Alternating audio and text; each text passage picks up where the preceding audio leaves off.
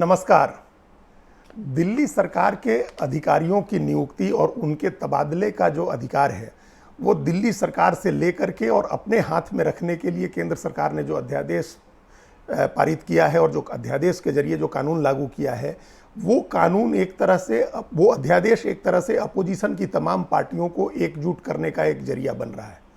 उस अध्यादेश को लेकर के पहले अरविंद केजरीवाल ने, दिल्ली के मुख्यमंत्री ने, प्रेस कॉन्फ्रेंस की और प्रेस कॉन्फ्रेंस करके कहा, उन्होंने सारी विपक्षी पार्टियों का इस पर समर्थन मांगा और ये कहा कि राज्यसभा में इस बिल को हरा देना है। अपोजिशन एकजुट हो जाए तो राज्यसभा में इस बिल को हरा दिया जाए। ये बिल हार जाए तो उससे 2024 की रूपरेखा बनेगी। ये मैसेज होगा कि सरकार कमजोर हो गई है और भारतीय जनता पार्टी को हराया जा सकता है। उन्होंने कहा कि ये अध्यादेश जब कानून बनाने के लिए संसद में लाया जाए तो राज्यसभा में विपक्ष इस तरह से एकजुट हो और इसको हराए कि वो 2024 का सेमीफाइनल लगे।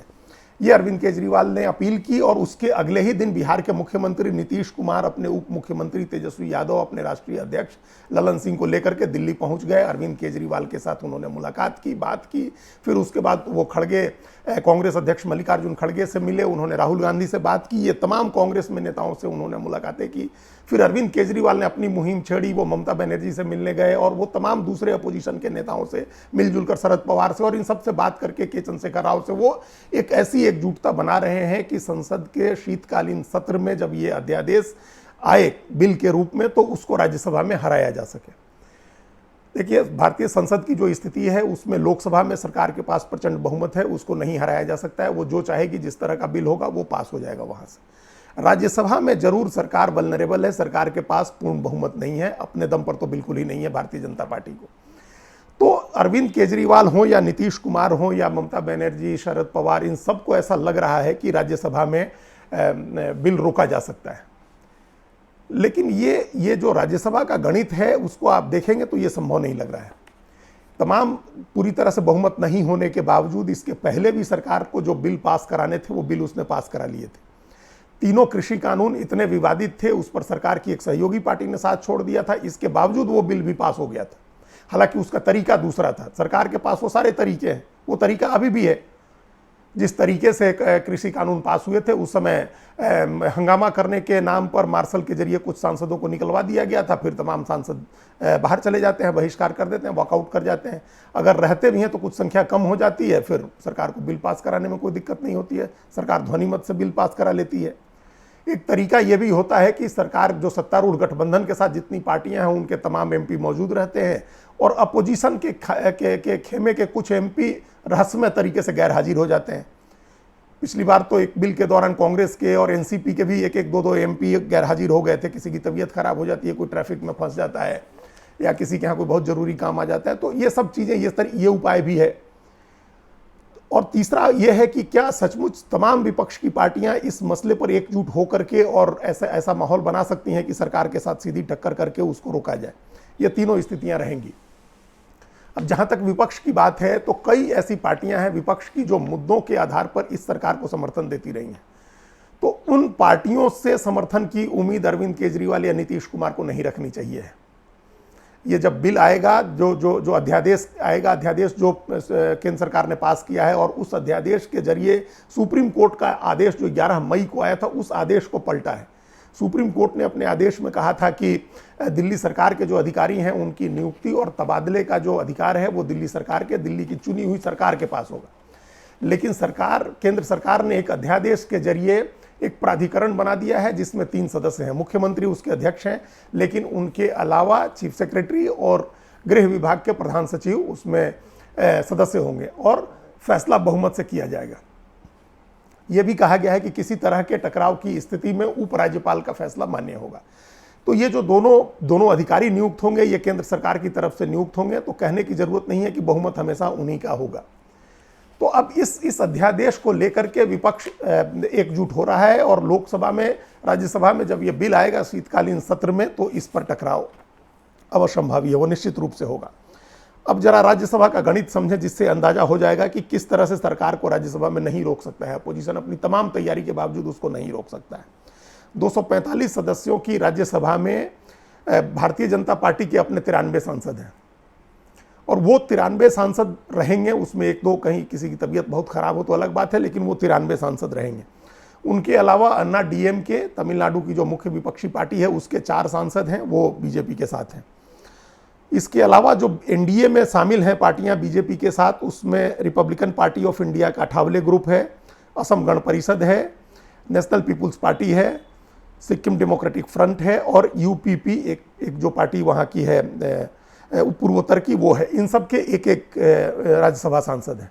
इसके अलावा 5 नामांकित मनोनीत सांसद हैं जो बीजेपी के सदस्य हो गए हैं और 3 निर्दलीय सांसद हैं जो सरकार के साथ रहेंगे। तो ये संख्या कुल मिलाकर के 110 पहुंचती है। इस तरह से सत्तारूढ़ गठबंधन के पास, जो एनडीए के पास 110 सांसद हैं राज्यसभा में, और बहुमत के लिए उसको 13 की और जरूरत पड़ेगी। पहले हमने कहा कि जो 2 पार्टियां हैं जो मुद्दों के आधार पर समर्थन करती हैं भारतीय जनता पार्टी का, उसमें से एक पार्टी बीजू जनता दल है और दूसरी पार्टी आंध्र प्रदेश में सत्तारूढ़ वाईएसआर कांग्रेस है।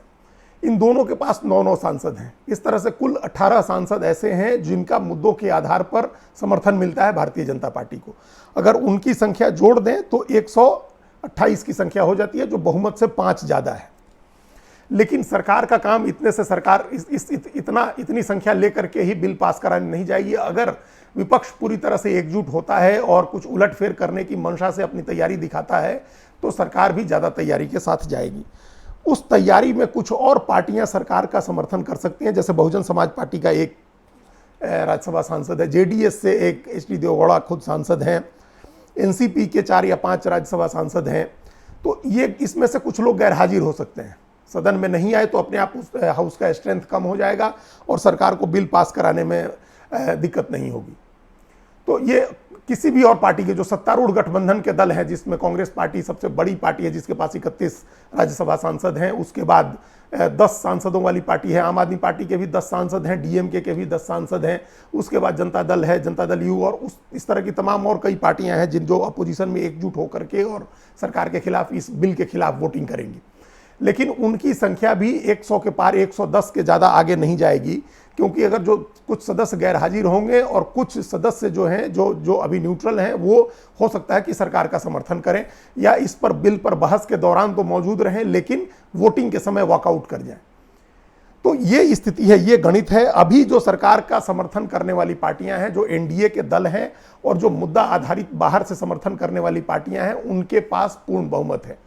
उनकी संख्या 128 की बनती है और बहुमत का आंकड़ा 123 का है, तो सरकार को उसमें कोई दिक्कत नहीं आने वाली है। लेकिन सरकार इससे ज़्यादा वोट मैनेज कर लेगी जब ये बिल पास कराना होगा।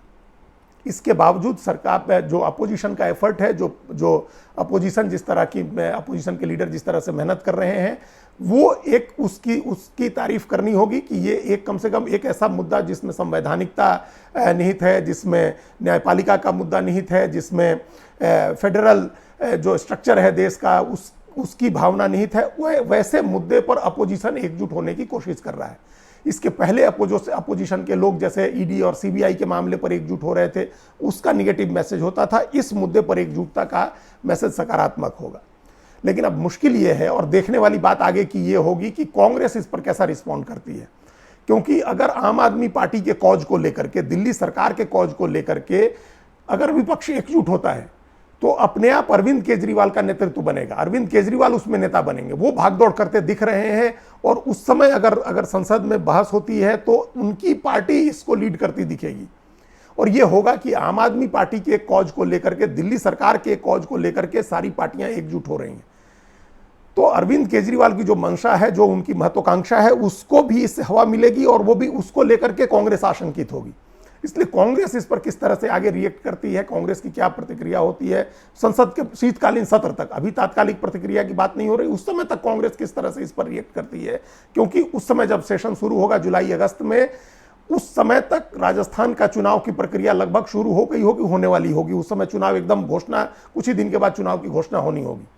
तो उस समय तक अरविंद केजरीवाल की पार्टी अगर राजस्थान में कांग्रेस के खिलाफ लड़ने की तैयारी में होगी या लड़ रही होगी, कैंपेन कर रही होगी, मध्य प्रदेश में कैंपेन कर रही होगी, तो फिर अरविंद केजरीवाल के कॉज को लेकर के कांग्रेस कितना गंभीर होती है, कांग्रेस किस तरह से संसद में इस चीज को लेती है, वो देखने वाली बात होगी।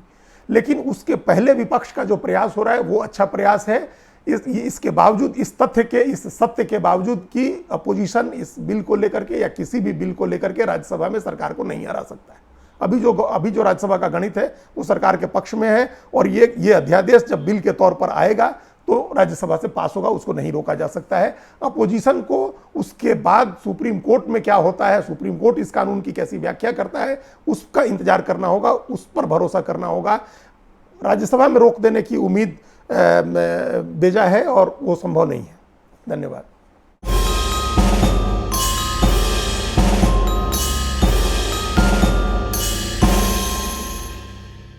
कृपया हमारे चैनल के साथ जुड़िए, लाइक कीजिए, सब्सक्राइब कीजिए, बेल आइकॉन जरूर दबाइए।